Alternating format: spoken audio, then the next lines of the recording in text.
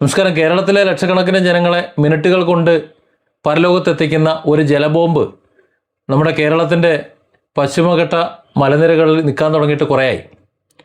നമ്മുടെ മാധ്യമങ്ങളെ സംബന്ധിച്ചിടത്തോളം അത് എന്തെങ്കിലുമൊക്കെ വാർത്താ ദാരിദ്ര്യം ഉണ്ടാകുമ്പോൾ പെട്ടെന്ന് പൊങ്ങി വരും. മുല്ലപ്പെരിയാർ എന്ന് പറഞ്ഞുകൊണ്ട് പൊക്കി പിടിച്ചുകൊണ്ട് വരും. ഇപ്പോൾ വീണ്ടും വിജയ് ജലനിരപ്പ് ഉയർത്തുന്നു എന്ന് പറഞ്ഞുകൊണ്ട് ഒരു പ്രഖ്യാപനം നടത്തിയപ്പോൾ സുപ്രീം കോടതി പറഞ്ഞിട്ടുണ്ട് അത് ചെയ്യാൻ പാടില്ല എന്ന് പറഞ്ഞിട്ടുണ്ട്.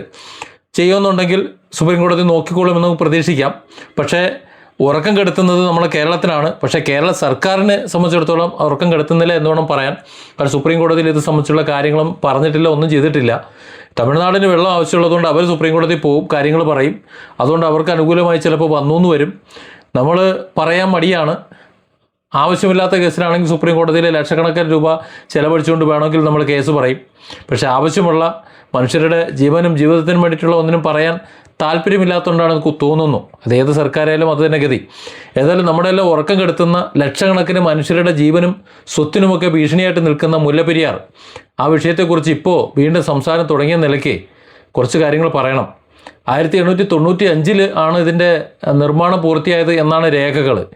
130 വർഷത്തിലധികം പഴക്കമുണ്ട് ഇപ്പോൾ അങ്ങനെ കണക്കൂട്ടുകയാണെന്നുണ്ടെങ്കിൽ. മുല്ലപ്പെരിയാർ വെറുമൊരു വെള്ളപ്പൊക്ക ഭീഷണിയാണെന്ന് പറയാൻ പറ്റുമോ പൊട്ടിക്കഴിഞ്ഞാൽ? അതുകൊണ്ട് കേരളത്തിന് മുകളിൽ തൂങ്ങി നിൽക്കുന്ന ഒരു വലിയ ജലബോംബല്ലേ ഈ മുല്ലപ്പെരിയാർ എന്ന് പറയുന്നത്. വികസിത രാജ്യങ്ങളുടെ കണക്ക് നമുക്കറിയാമല്ലോ. വലിയ വലിയ രാജ്യങ്ങൾ, അത് പാശ്ചാത്യ രാജ്യമായാലും എവിടെയായാലും അവരൊക്കെ ഒരു 40-50 വർഷമാകുമ്പോൾ സുരക്ഷ മുൻനിർത്തിയിട്ട് അവരുടെ ഡാമുകൾ ഡീകമ്മീഷൻ ചെയ്യും. ഏത് 40-50 വർഷം. ആ സ്ഥാനത്താണ് 130 വർഷം മുമ്പ് നിർമ്മിച്ചിട്ടുള്ള ഒരു ഡാം, അതും കല്ലും സുർക്കി മിശ്രിതവും കൊണ്ട്. അത് സുർക്കി മിശ്രിതമൊക്കെ ഒഴുകി തീർന്നു എന്ന് പറയുന്നു. പലയിടങ്ങളിലും വെള്ളം ലീക്കാകുന്നത് ഇതിനു മുമ്പ് തന്നെ വീഡിയോകളിൽ വന്നിട്ടുണ്ട്. പക്ഷെ അങ്ങോട്ട് പോകാൻ തമിഴ്നാട് സമ്മതിക്കില്ല. കാരണം തകർന്നിരിക്കുകയാണെന്ന് കാണിക്കാൻ പറ്റില്ലല്ലോ. ഇനി അഥവാ പൊളിഞ്ഞു വീണാലും തമിഴ്നാടിന് വെള്ളം കിട്ടൂല എന്നേ ഉള്ളൂ. നശിച്ചു പോകുന്നത് കേരളമാണല്ലോ. അതുകൊണ്ട് അതങ്ങ് പൊയ്ക്കോട്ടെ എന്ന് അവർ കരുതും. ഏതായാലും 130 വർഷം കഴിഞ്ഞിട്ടും ഭൂകമ്പ സാധ്യതയുള്ള ഒരു മേഖലയിൽ 240ഓളം ചെറുതും വലുതുമായിട്ടുള്ള ഭൂകമ്പങ്ങൾ രേഖപ്പെടുത്തിയിട്ടുള്ള ഒരു സ്ഥലത്ത് ആ പഴഞ്ചൻ ഘടനയും വെച്ച് നമ്മൾ ഇനിയും ചർച്ചകൾ തുടർന്നുകൊണ്ടിരിക്കുന്നതെന്ന് ചിന്തിക്കുമ്പോൾ, അത് ഡീകമ്മീഷൻ ചെയ്യാതെ അങ്ങനെ കാത്തുകുത്തിയിരിക്കുകയാണെന്ന് പറയുമ്പോൾ ലജ്ജ തോന്നുകയാണ്. എന്തിനാണ് ഇവരെയൊക്കെ നമ്മൾ തിരഞ്ഞെടുത്തുകൊണ്ട് വിടുന്നത് എന്നും. അണക്കെട്ടിന് ചെരിവുണ്ട് എന്നുള്ള ശാസ്ത്രീയമായിട്ടുള്ള കണ്ടെത്തലുകൾ, അതേപോലെ സാങ്കേതിക വിദഗ്ധരുടെയും എഞ്ചിനീയർമാരുടെയൊക്കെ സത്യവാങ്മൂലങ്ങൾ അവർ പരിശോധിച്ചിട്ട് പറഞ്ഞിട്ടുണ്ട്. ഇതൊക്കെ അവിടെ നിലനിൽക്കുമ്പോഴും ഈ വിഷയത്തിൽ വേണ്ടത്ര ഗൗരവത്തോടെയുള്ള ഇടപെടലുകൾ കേരളത്തിൽ നിന്നും ഉണ്ടാകുന്നില്ല എന്നതൊരു നിരാശയാണ്, വലിയ നിരാശയാണ് സൃഷ്ടിച്ചുകൊണ്ടിരിക്കുന്നത്. സുപ്രീം കോടതിയിലെ നിയമ പോരാട്ടങ്ങളിൽ കേരളത്തിൻ്റെ ഭാഗത്തു നിന്നുള്ള വീഴ്ചകളൊന്ന് പരിശോധിച്ചാൽ മതി. തുടക്കം പോലെ ഒന്ന് ആലോചിച്ചാൽ മതി. അതിന് വേണ്ട, ഇടതിനും വേണ്ട, വലതിനും വേണ്ട. സുപ്രീം കോടതി വിധി പ്രഖ്യാപിക്കുമ്പോൾ അല്ലെങ്കിൽ കോടതി നിർദ്ദേശങ്ങളൊക്കെ അനുസൃതമായിട്ട് കൃത്യസമയത്ത് സപ്പോർട്ടിംഗ് അഫിഡവിറ്റുകൾ ഫയൽ ചെയ്യാനും, അല്ലെങ്കിൽ ആ കേസിൽ ഇടപെടേണ്ട സമയത്ത് ശക്തമായിട്ടുള്ള നിലപാടുകൾ ഉയർത്തിപ്പിടിക്കാനും ഭരണകൂടം, നമ്മുടെ കേരള ഭരണകൂടം കാണിക്കുന്ന ഒരു അലംഭാവം, താമസം, അത് അങ്ങേയറ്റം അപലപനീയമാണ്. അണക്കെട്ടിലെ ജലനിരപ്പ് 152 അടിയാക്കി ഉയർത്തുന്ന ഇപ്പോൾ വിജയ് പറയുന്നത് ഉയർത്താൻ പോവാണത്രേ. അത്തരത്തിലൊരു പ്രഖ്യാപനം അയാൾ നടത്തുമ്പോൾ നമ്മുടെ കേരളത്തിലെ അവസ്ഥ ഒന്ന് ആലോചിച്ച് നോക്കും. 142 അടിയിലാണ് ഇപ്പോൾ ഉള്ളത്. 142 കൂടുതൽ ജലനിരപ്പ് ഉയർത്താൻ കോടതി ഉത്തരവുകളില്ല. സുപ്രീം കോടതി തടഞ്ഞിരിക്കുകയാണ്.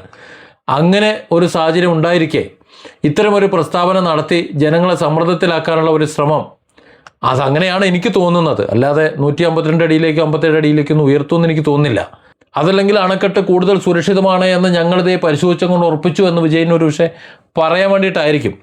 ഏതായാലും ആ ഒരു പറച്ചിലൊരത്ര സുഖമുള്ള ഒരു പറച്ചിലാണ് എനിക്ക് തോന്നുന്നില്ല. വെറുതെ ചില പരിശോധനകൾ, കമ്മിറ്റി റിപ്പോർട്ടുകളൊക്കെ സംഘടിപ്പിച്ചിട്ട് സമയം പാഴാക്കാനുള്ളൊരു ഘട്ടം ഇനിയില്ല. അത് കഴിഞ്ഞിരിക്കുന്നു. ഇനി അതിനെക്കുറിച്ച് ആലോചിക്കണ്ട. ഇനി പഠനവും വേണ്ട, മറ്റൊന്നും വേണ്ട. കാരണം 40-50 വർഷം കഴിയുമ്പോൾ എല്ലായിടത്തും ഡീകമ്മീഷൻ ചെയ്യുന്നുണ്ടെങ്കിൽ 130 കൊല്ലം കഴിഞ്ഞു. ഇനിയൊരു പഠനം വേണ്ട, അതിൻ്റെ ആവശ്യമില്ല. ഇനിയൊരു ദുരന്തമുണ്ടായാൽ അത് ചർച്ച ചെയ്യാൻ പോലും നമ്മൾ ബാക്കിയുണ്ടാവില്ല. ഇങ്ങനെ യൂട്യൂബും ബുക്ക് പിടിച്ചുകൊണ്ടിരിക്കാനോ ഈ പറയുന്ന വീഡിയോകൾ കാണാനോ ആരെങ്കിലും ബാക്കി വന്നിട്ട് വേണ്ടേ? വയനാട്ടിൽ നമ്മൾ കണ്ട പ്രകൃതിയുടെ താണ്ഡവം നമുക്കറിയാമല്ലോ എങ്ങനെയാണെന്നുള്ളത്. കുറച്ച് വെള്ളം വന്നപ്പോൾ തന്നെ അതാണ് അവസ്ഥ. അത് നമുക്ക് മനസ്സിലാക്കുന്നത് തൊട്ടടുത്ത വർഷം ഇപ്പോൾ ഒരു ലോറി അടക്കം നീക്കിക്കൊണ്ടുപോയ കുറച്ച് പേർക്ക് മരണം ഉണ്ടായിക്കഴിഞ്ഞാൽ ആ മണ്ണ് ഇളകി വീണിട്ടുള്ള, അതായത് തുരങ്കപ്പാത ഉണ്ടാക്കിയ ഭാഗത്തുണ്ടാക്കിയിട്ടുള്ള ആ ദുരന്തം നമ്മൾ കണ്ടില്ലേ. കുറച്ച് മണ്ണ് മാത്രമേ വന്നിട്ടുള്ളൂ. എന്തിന് നമ്മുടെ ഇവിടെ ഈ പാണക്കാട് ഒരു അല്പം മണ്ണ് മാത്രം നീങ്ങി വന്നപ്പോൾ ആ റോഡ് ആകെ തുമ്പില്ലാതായി അവിടെ നിന്നവരുടെയൊക്കെ മേത്ത് കൈരളിൻ്റെ റിപ്പോർട്ടർ മേലൊക്കെ മണ്ണ് മൂടി നമ്മൾ കണ്ട്. അതായത് കുറച്ച് മണ്ണ് വന്നപ്പോൾ പോലും ഇത്രയും ഭീകരമായൊരു അന്തരീക്ഷമാണ്. അപ്പോൾ ഒരു വലിയൊരു ബോംബ് പൊട്ടി വന്നാലുള്ള കേരളത്തിൻ്റെ അവസ്ഥ എന്തായിരിക്കും എന്ന് ആലോചിച്ച് നോക്കുക. കേരളം ബാക്കി ഉണ്ടാവില്ല, മധ്യ കേരളം ബാക്കി ഉണ്ടാവില്ല, തെക്കും കുറച്ച് ബാക്കിയുണ്ടാവും, വടക്കും കുറച്ച് ബാക്കിയുണ്ടാവും. അതുകൊണ്ട് ആ ഒരു സാഹചര്യത്തിൽ ഇനി ടെസ്റ്റ് നടത്തിയിട്ട് കാത്തിരിക്കാൻ പറ്റൂല. ഒരു ചെറിയൊരു ഭൂമി കുലുക്കം പോലും മുല്ലപ്പെരിയാറിൻ്റെ കാര്യത്തിൽ നമുക്ക് താങ്ങാൻ കഴിയാത്ത ഒരു ദുരന്തം ചിലപ്പോൾ ഉണ്ടാക്കി വയ്ക്കാം. അത് ഉണ്ടാകില്ല എന്ന് പറഞ്ഞ് കാത്തുത്തിരുന്നിട്ട് കാര്യമൊന്നുമില്ല.